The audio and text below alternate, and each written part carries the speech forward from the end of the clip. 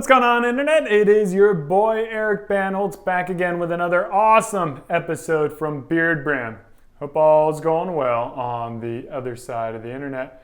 I've done a few hair tutorial videos, but I want to give you guys a balding tutorial. Specifically, how to bald. Now, it's not something that a lot of guys really desire doing. It's not like they want to wake up and say, hey, I want to lose some hair today.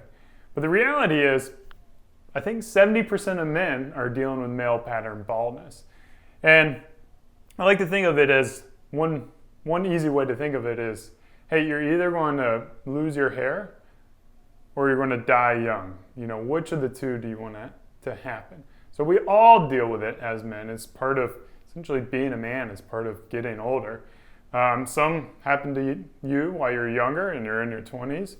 Some doesn't happen until you're in 50s or 60s. So it all happens at different ages, but there's ways that I would encourage you guys to deal with it. So you have two options. You can sit around and mope and get depressed and hang your head down low, or you can deal with it. And there's actually a lot of tools and options out there for you to be able to deal with it. So I want to talk to you about 3 legitimate reasons that will help you either stop losing your hair or getting your hair back. Now the first option, and I'm going to rank them in probably the levels of intrusiveness into your life. The first one is using Rogaine or minoxidil. It's a topical treatment that was originally formulated to work as a blood pressure medication, but they found that it caused their patients to grow hair. So they apply it to the top of your head and you've got a chance of growing hair. From my research, it seems like about 30 to 40% will prevent further decline of hair loss, and then maybe about 10% will see a regrowth in hair. Now the second option is using an oral medication called finasteride, or the brand name is called Propecia. And what that is going to do is it's going to block a hormone called DHT, which is primarily responsible for the loss of hair. Now, the unfortunate thing of taking this is it's affecting your hormones, and it may have some side effects to it. What I found from my research is about 90% of guys are going to see a stoppage of their loss or regrowth of hair. So it's a very effective tool to use to help minimizing your hair loss and maybe even helping regrow some hair. Now, the downsides are it does have some side effects like your weaker ejaculation. You may have some kind of erectile dysfunction or some, growing some puffy nipples or something like that. But from my readings, that's a small percentage of men, so you're only looking at, maybe 2 to 5% are dealing with side effects. So you have 90% chance of getting some hair back versus 2% of dealing with the side effects. The thing with Propecia is that it's not an over-the-counter medicine, so you've got to go to your dermatologist, you've got to go to your doctor to get a prescription for that. Whereas with the Rogaine or the minoxidil, is you can actually get that over the counter.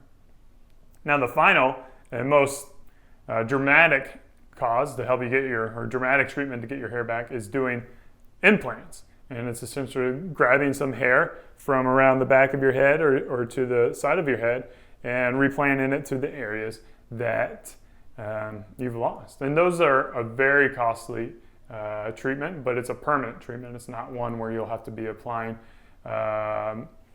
Rogaine daily. You'll have to apply Rogaine daily, or you'll have to take Propecia daily to maintain it. And then when you stop it, you lose those hairs that you were able to regrain or prevent from losing. So hair transplants are going to be a permanent solution, but it's going to cost, like $7,000 to $15,000 to do.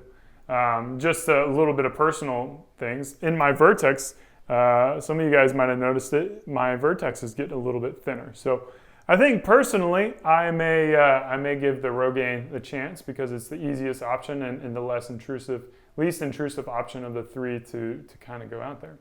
Now, there's a fourth option, and this is an option that I've always kind of recommended. It's embracing, who you are as a man and kind of embracing your condition. So balding is ingrained in our DNA, and it's, who we are as individuals. Just like I'm 6'4", I'm not walking around moping, wishing that I was 6 foot tall. Every time I hit my head on something, I'm not out there complaining and, getting depressed and worried about it. Like, this is a common thing that all men deal with. So it's not something that you're alone with. But either option that you go with, you've got to know that you're in control of the actions and you're in control of what's going to happen.